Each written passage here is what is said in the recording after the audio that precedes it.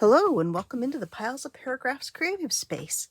I'm Lori and today I am going to continue with my journal June, and I'm going to try to make a different sort of pocket. As you can see from this mess here, I'm going to try to use up some scraps. So let's get started and see what I can come up with. I've cut a little guide, let's call it, just so I get the pages about the right size, or pockets about the right size. I'm going to aim for, let's see, 5.5 by 4-inch pockets. So let's get started and see what I can put together. I hope everyone's doing well and has had a chance to do something creative today. I'll start with a top strip there. Just to make it a little bit easier on myself. Let's see. What else do we have? It's a fairly straight edge. I'm not going to worry about the bottom being perfectly straight because you can always trim that before you glue it into your journal.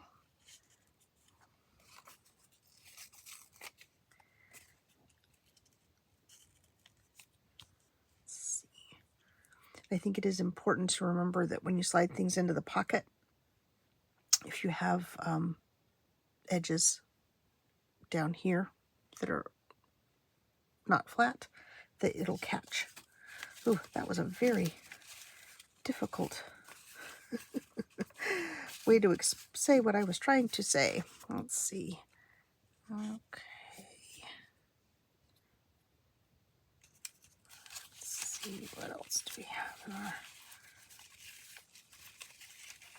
my little scrap pile here? A little something. That'll work. But let's see if I didn't make that too. Here we go. So here's one fairly simple design. I'm going to just move this down here. Start with this side. Okay. I'm always trying to think of some way to use up all my scraps. Never all my scraps. Some of my scraps, let's say. And this popped into my head when I was trying to fall asleep the other night. I had to get up and write it down to make sure I didn't forget it. So let's see if this works, because these are fairly good sized scraps. And of course you can do smaller. If you do smaller, you may want to do a base.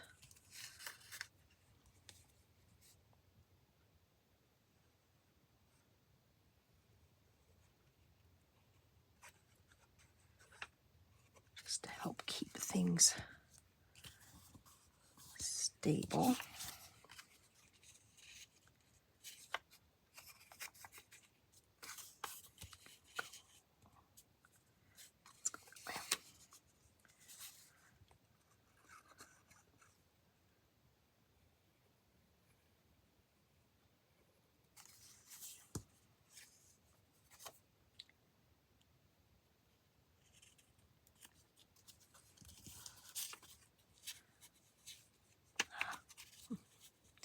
I should have glued this one down first. Can I get that nice slide through there? Yeah, I still could do that. That's good. I don't know, for some reason I like that number, so for right now we're going to keep that number. Of course, probably when it gets put into a journal, that might get covered up anyway, but at least this gives you a start.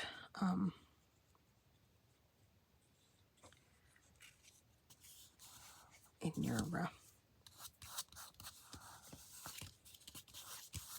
where's my, I always have all my tools out and I don't.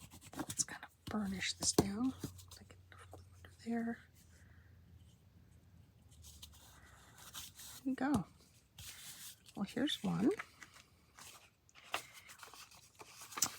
And what I was trying to say, and saying rather badly earlier, that you want to have your back relatively smooth for things to slip in.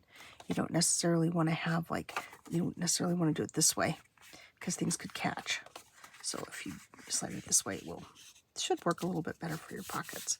Of course, it's not going to be a super strong pocket because I didn't fold that over, but you could always line it with a little something to make it a little bit stronger. So there's one. So let's see, can I get another one made? Let's see.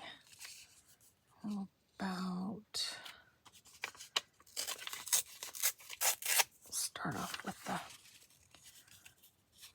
map page. What that's gonna all get covered up. Oh yes, I'm still struggling with that, not covering everything up.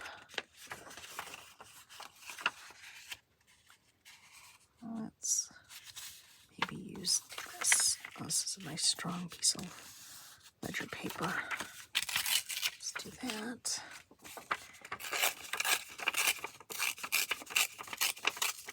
Let's do that.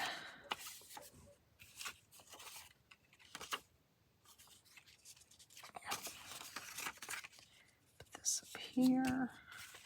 Let's see.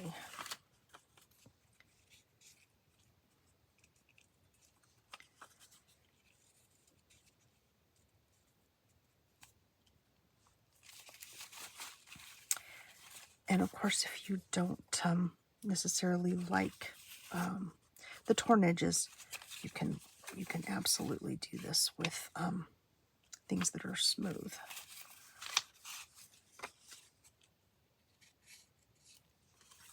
Let's see. Smooth, straight edges. You can absolutely do it with straight edges. Okay, what else do I have in this pile? Some of my papers are great, but they're kind of thin for this particular project. Is that big enough there? Yes, but I need something else in the middle. What else do I have here? I just kind of grabbed a handful of scraps out of a box.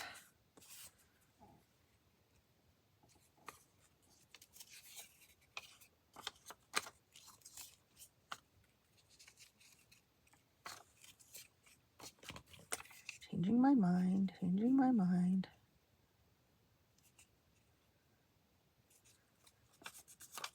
I don't think that's gonna work.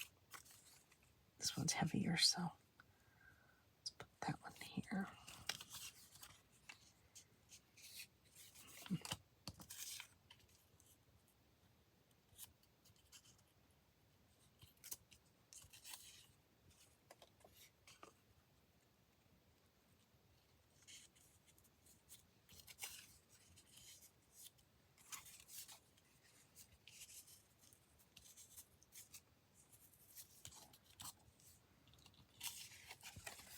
I think I'm going to go with my little bit not cut sort of edge there so I don't cover up every little bit of goodness on that piece of ledger paper.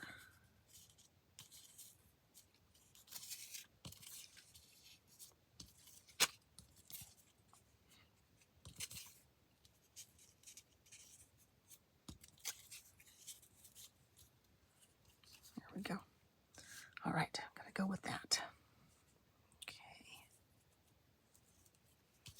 Slide these down.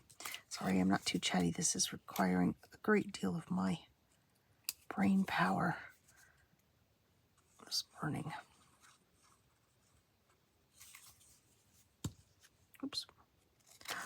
Well, there's two pieces there. Well, that's kind of a bonus, isn't it?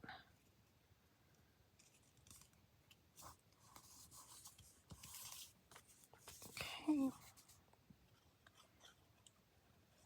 Of course, you can also do this with strips and like I said, smaller pieces. I tell you, there's a little part of my brain that wants to try to make a pocket out of postage stamps, but I think I will have to use a base for that, but we'll see. If I feel really ambitious.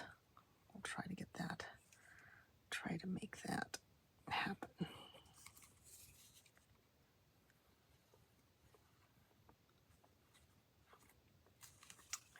Continuing to sort that big box of postage stamps that I've mentioned in previous videos that came from the Postal Museum in Tucson. And still have more to sort.